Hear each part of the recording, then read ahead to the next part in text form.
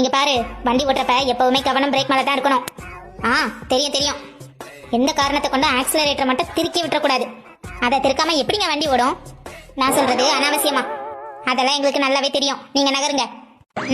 ஒரு மாசமா இதைத்தான் சொல்லிட்டு இருக்க. பாப்போம் இன்னைக்கு எப்படி ஓட்டுறேன்னு. ஸ்டார்ட் பண்ணு. எங்க ஸ்டார்ட் ஆக மாட்டேங்குது. வண்டியில ஒருவேளை பெட்ரோல் இல்லையோ? ஏய், நேத்து தாண்டி டேங்க ஃபில் பண்ணேன். நீ முதல்ல சாவி போடு. ஆமா, சாவி போடல. ஐயோ, இன்னும் நான் என்ன கொடுமையெல்லாம் பார்க்க வேண்டியிருக்கோ.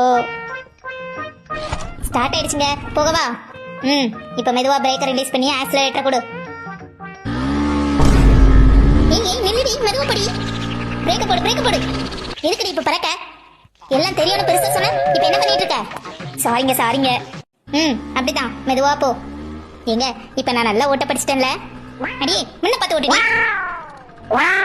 ஏங்க, அதான் நான் நல்லா ஓட்ட படிச்சிட்டேன்ல, இன்னும் ஏன் பிடிச்சிட்டே இருக்கீங்க? கை விடுங்க. ஓட்டுறதே அறக்குறை, இதுல கையை வேற எடுக்கணுமா? எனக்கு என் உயிர் முக்கியம். அப்படிலாம் நான் ஒன்றும் உங்களை கீழே போட்டுற மாட்டேன். சரி, பார்த்து மெதுவா போ.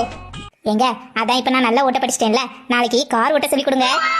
இதுக்கு என் 25 லட்ச ரூபா காரை சல்லியா நொறுக்கிறதுக்கா? என்னங்க பதிலே இல்ல? காரு தானே, ஓட்டிடுவோம் ஓட்டிடுவோம்.